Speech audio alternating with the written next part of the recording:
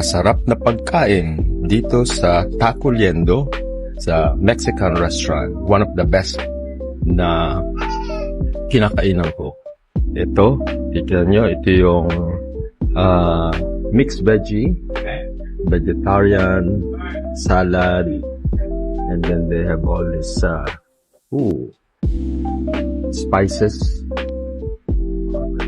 machata, and all this sauce for your chips.